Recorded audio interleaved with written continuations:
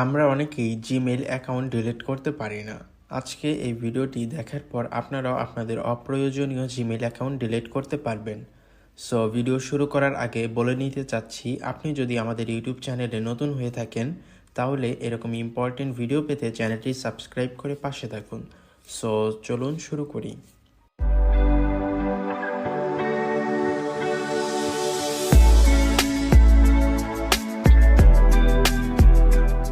Okay, at first আপনারা Gmail account delete করার জন্য ক্রোম ব্রাউজারে চলে যাবেন।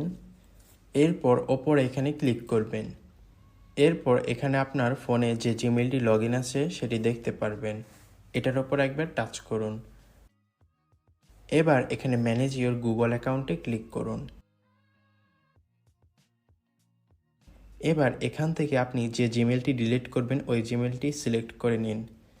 এরপর এখান থেকে আপনি ডাটা অ্যান্ড প্রাইভেসি অপশনে ক্লিক করুন। এরপর এখান থেকে নিচে চলে আসবেন। এবার ডিলিট ইওর গুগল অ্যাকাউন্টে ক্লিক করুন।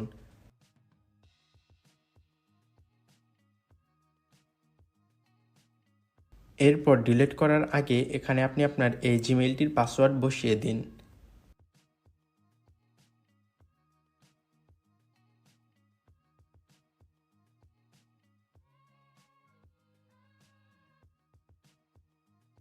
এরপর আপনার এই জিমেইলটি যে নাম্বার দিয়ে খুলেছেন ওই নাম্বারে একটি ভেরিফিকেশন কোড যাবে, ওই কোডটি এখানে বসিয়ে নেক্সটে ক্লিক করুন।